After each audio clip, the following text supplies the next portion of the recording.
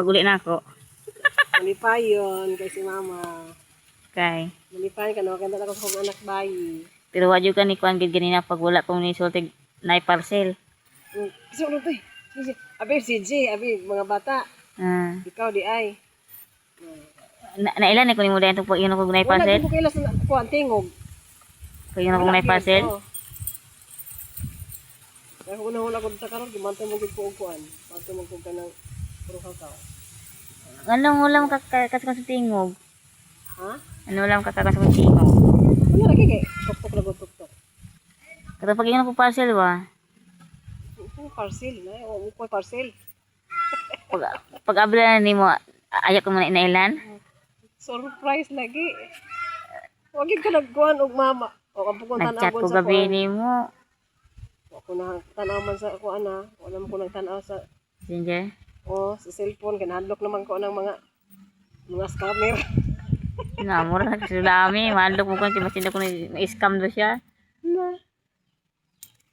Agay na scam na kay sa diha diyan. Duro ka gilak, nakita ka intoy. Ha? Nag-uol po.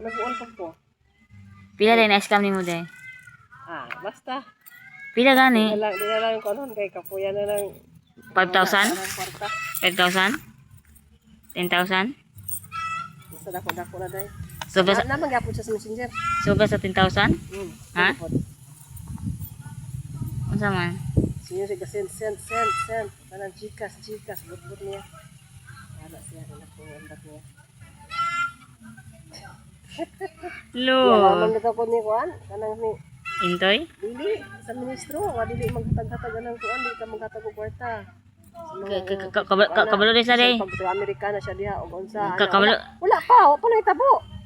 Jesus kay naka-amigo ko ina ato naman dahil sige mi gyapon day. Sulay lagi, sulay. Sulay ta igit ang Usap ni mama na ako. naman. Luya. Dili naman pod kamura, pati mga si Samuel pod. Naanak ko siya? Nakuha siya itong ticket, nakuha siya lagi. Kuhan, dahil ito na-scam pa po siya. Gi-block pa siya. So, papalugangan pa daw. Kani mami, kadang-kadang hindi ka nang imuagyod. Kaya mga foreigner, kung ano juga. Kami miguhon ka, pag mako ka, ma-inlove ka, tuloy ka. Dahil di ba may Pinoy rin, kapwa na po na ito, nag-bag, nag-AI. Malang ako ingon mo. Ito lagi sa diha. Na-iska ako Ang number. Ako number. Lahat.